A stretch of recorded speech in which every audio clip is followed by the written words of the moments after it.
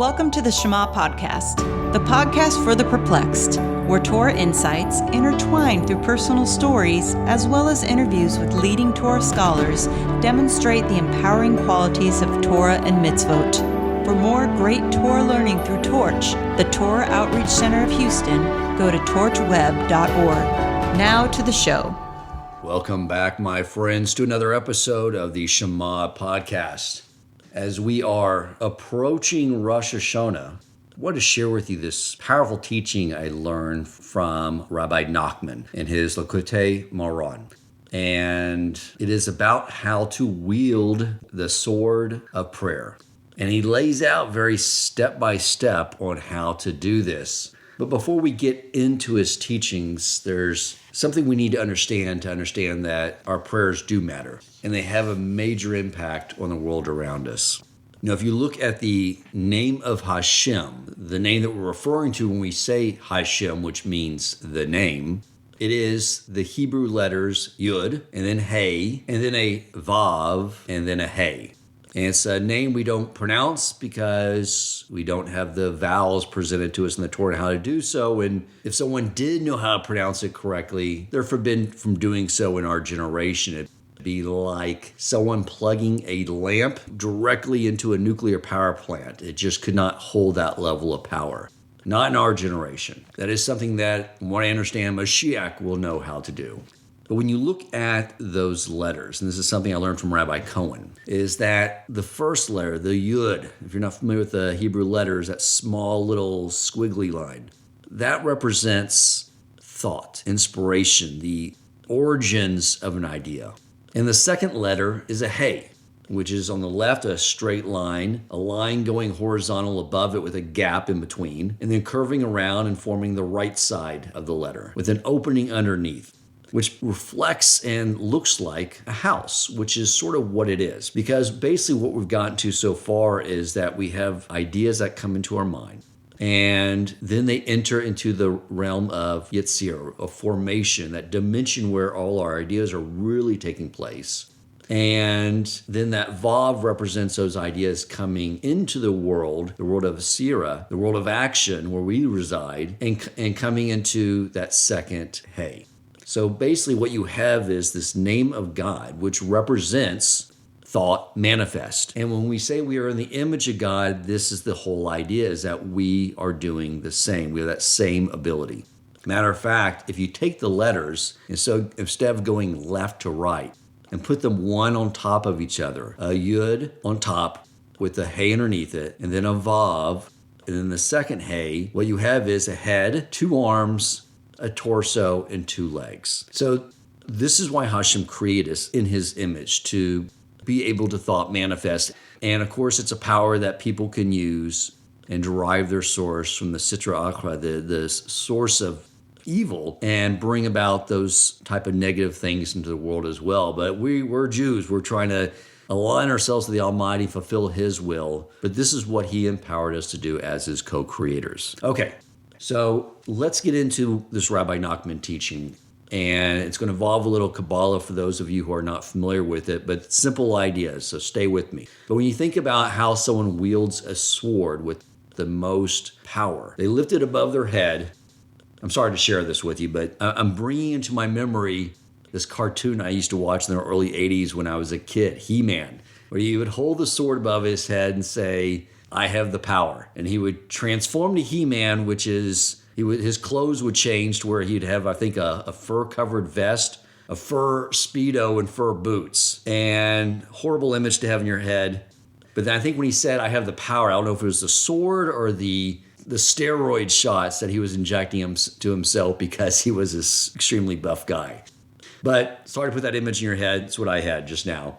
But the idea here is that when you hold the sword above your head, you get the most power by swiping down, right down the middle, using the strength and the proper balance of both sides of your body, your arms and your legs. And that's the same idea that Rabbi Nachman is discussing. So first, to understand a few elements here, we have at the most upper level, we have these three sets of three, right? And at the top, we have these three intellectual qualities.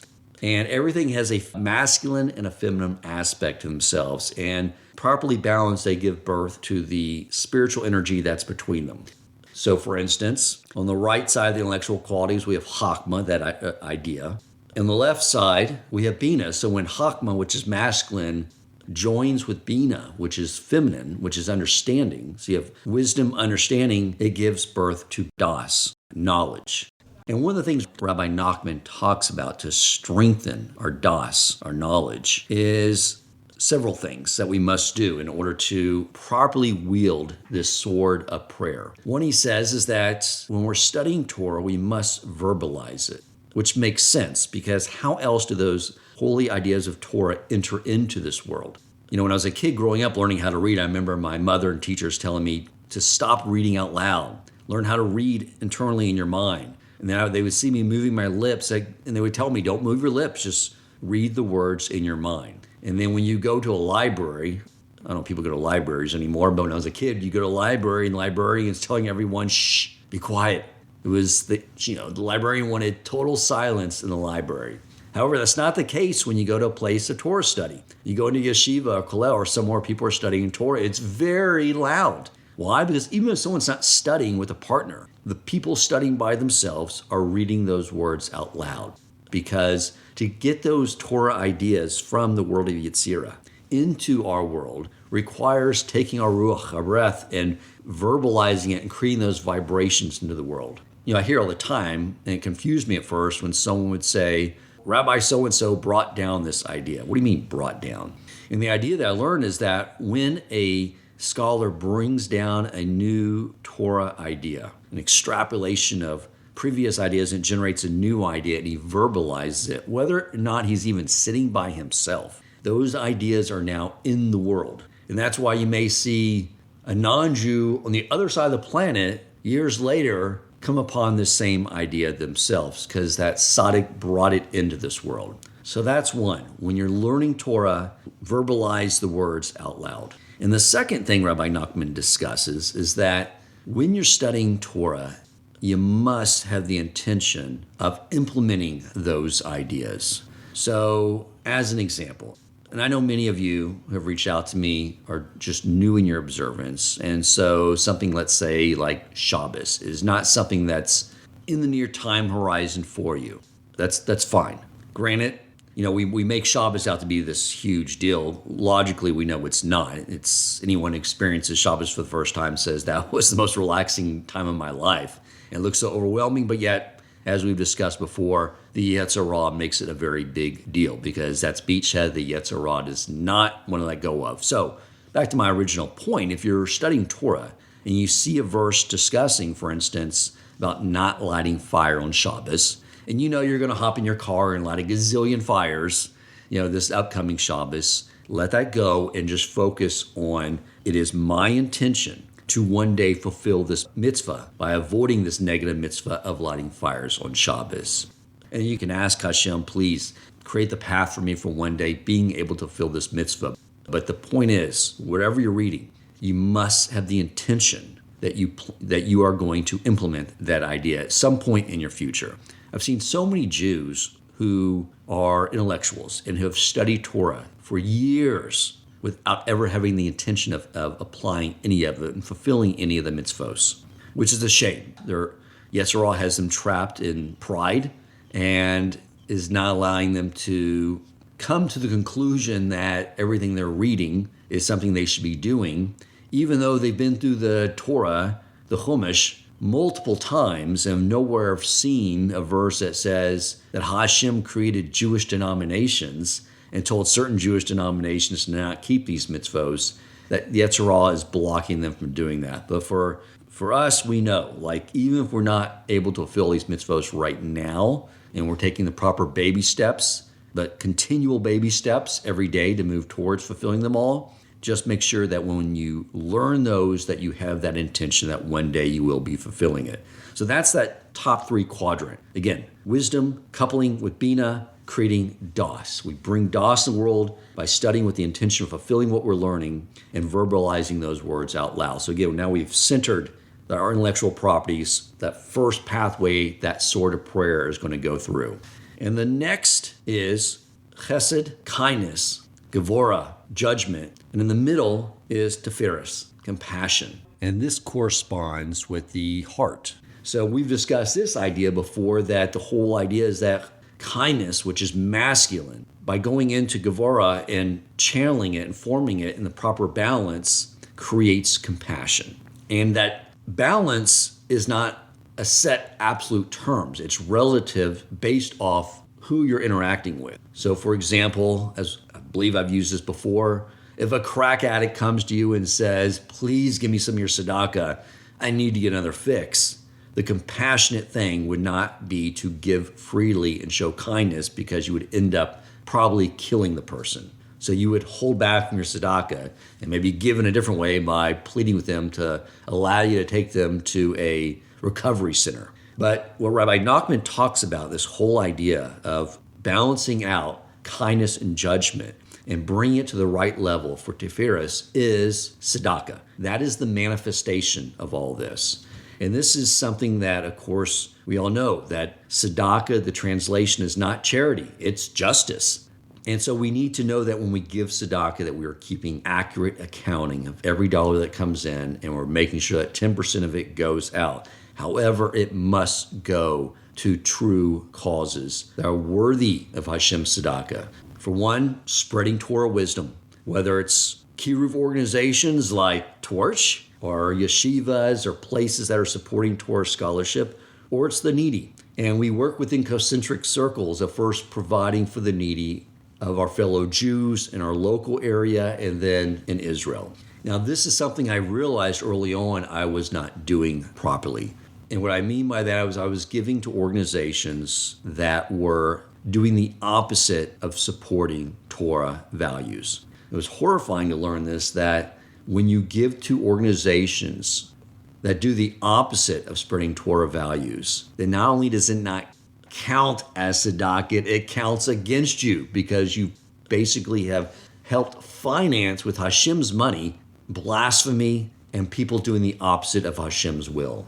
So I'm not going to name any organizations, but there are Jewish organizations that promote the idea that Torah is not divine and Jews are not obligated to fulfill mitzvos. That is not a place worthy of tzedakah, because it does the opposite. We want Jews to understand Torah is divine, and fulfilling the mitzvos is how they rectify themselves in the world around them and fulfill Hashem's will and properly cleave to Him. There's an organization that people give tzedakah to, and they're responsible for dispersing it to other Jewish institutions. And I've seen these organizations. Torch will go to them, and they'll say, hey, so what do you do? And they'll say, well, we teach Torah to all Jews.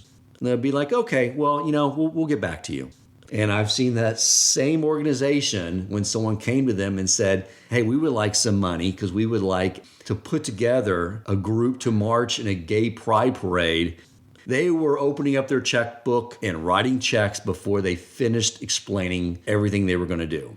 We have to be careful. We have to give our tzedakah in a way that, and to others and other institutions that are in alignment with the way Hashem wants us to give our tzedakah.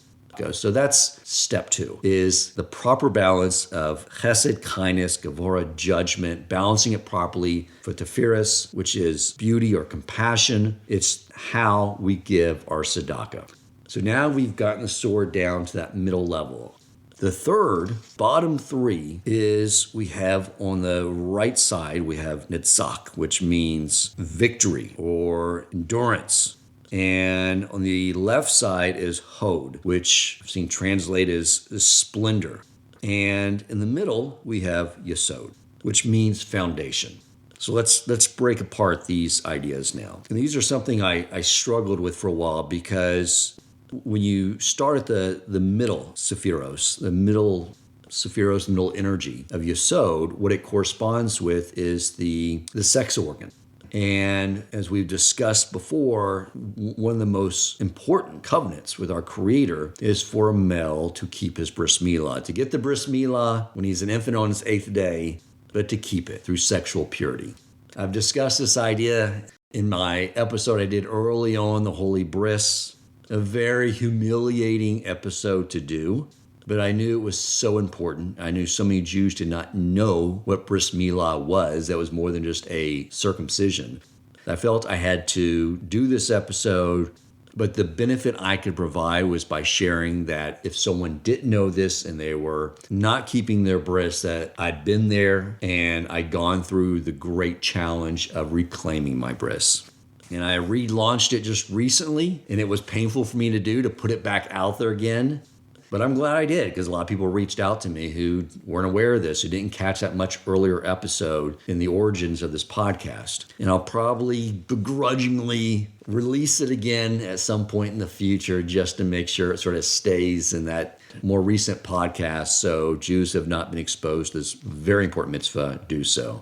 I'll tell you, you want to hear some humiliation. About a month before I moved to this community, Rabbi Yokov Wolbe said, Dan, the guys in the community are really looking forward to meeting you when you move down here. And I said, oh, that's so nice of you. I guess you saying some nice words about me to help me put my best foot forward when I meet them. And he said, no. It's because they're listening to your podcast. And I said, why are these From Jews listening to my podcast? And he said, they like it. And they really liked the one you did with Rabbi Cohen on the Holy Bris.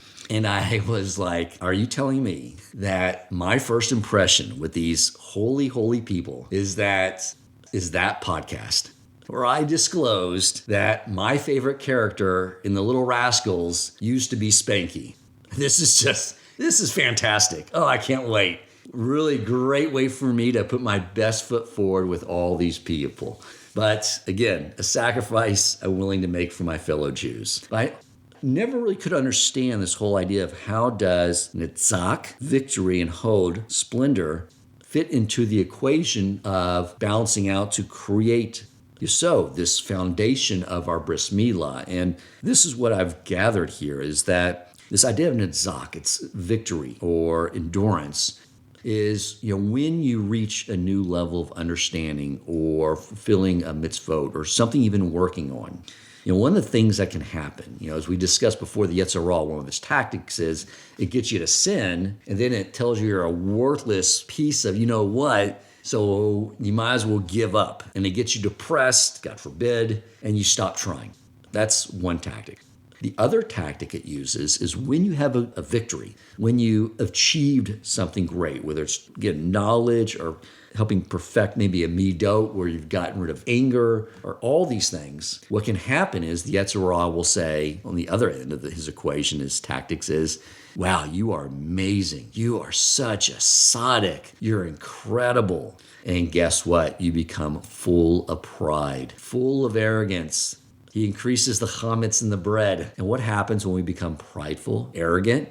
We push out Hashem. So we block the channel. Hashem can only enter us. We can only be a pipeline to let his blessings into the world and connect with him by remaining in a humble state, which is super easy for me living in this community because I'm around so many incredible people. I can go to the study hall and sit next to a couple of 10-year-old boys studying Gemara, not in the art school like I'm doing, but just with the Hebrew and Aramaic, and they're debating it back and forth. I mean, or when I'm even in the kollel and I'm learning, and the head rabbis there at one time had a discussion, a little bit of a debate on a certain thing, and all the students, the rabbis in there learning, everyone stopped and got really quiet and just were hanging on every word they were saying. And so was I. I looked up my book. I was hanging on every word that those rabbis were saying. However, the difference with me, I had no idea what they were talking about. Zero idea. And that's okay. I mean, quite frankly, that's why I like being in that environment, because it helps me with my humility, because I realize I know so little. Now, how do they at their level remain in a state of utter humility, being as scholarly as they are, having these perfect midos and being like angels? I don't know. If I ever, God willing, get to that point, I'm sure Hashem will show me the way. But that's what I think is happening, or that's what I think the balance is, because when you get to Hod, on the left side, what it is really realizing is that, and acknowledging that after you have that victory, that you realize it all came from Hashem. See, all we're really bringing to the equation here is the desire to fulfill his will. But the ability to learn and comprehend Torah and change ourselves, it would not happen without Hashem's help. That is reality. And it almost gets you to a point like, well, what am I bringing to the equation? Again, what we're bringing is the desire. I desire to fulfill your will. Help me learn your Torah, improve my midos, my character traits, and help me fulfill the Torah. And so I think that's the whole idea here, because what is one of the main thing that leads someone to breaking their bris milah? It's pride and arrogance. And that's why that is that last channel. The other thing that arrogance and pride brings, getting back to the bris milah too, is that if you look at the whole idea of bris milah and using our sexual organ in the proper way, is that by default, just like animals, they act off that urge. And Hashem had to build into the system that all species had that urge, because he knew the majority of species, of course the animals, but the majority of mankind would not be wanting to fulfill his will. But Hashem needed them to fulfill his will as far as procreating and bringing more bodies and neshamas into the world. But then we're tasked with totally turning it and using that only to serve his will through marital intimacy with our wife and creating beautiful babies to bring new neshamas into the world. So we're taking something that could be used for receiving selfishly for our own pleasure, and we're using it for giving. Again, this is the whole idea too of aligning ourselves with Hashem, is being in a state of giving, because he's always in a state of giving. And that's why if you look at all these three things down the center, Daas, knowledge, we are taking the Torah we're learning and we're giving it. We're bringing it out in the world. Even if we're studying by ourselves, we're studying with the intention of doing it and bringing it out in the world through action. We are giving through our tzedakah, and then we are giving through our bris milah by using that part of our body only to serve Hashem. This is the way Rabbi Nachman's teaching. If we have these three things in balance, when we hold that sword of prayer above our head, it gives us the ability to swipe it down and bring all those blessings into the world. And what happens when we bring those blessings in the world? That is the Tiferes right under Yesod, Malchut, kingship. We are establishing Hashem's kingship in the world.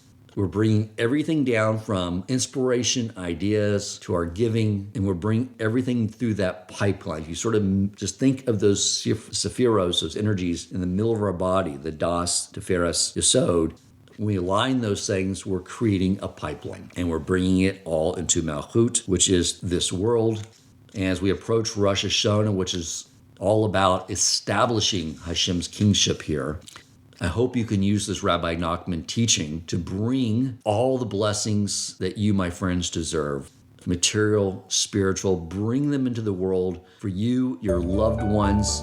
May you have an amazing new year full of much continued growth and barakas. Thank you for listening, my friends.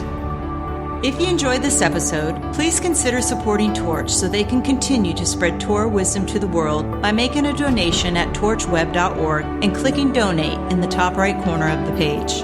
And if you would like to get in contact with our host with comments, suggestions for future topics of learning, or questions for him or his guest rabbis, you may email him at president@torchweb.org.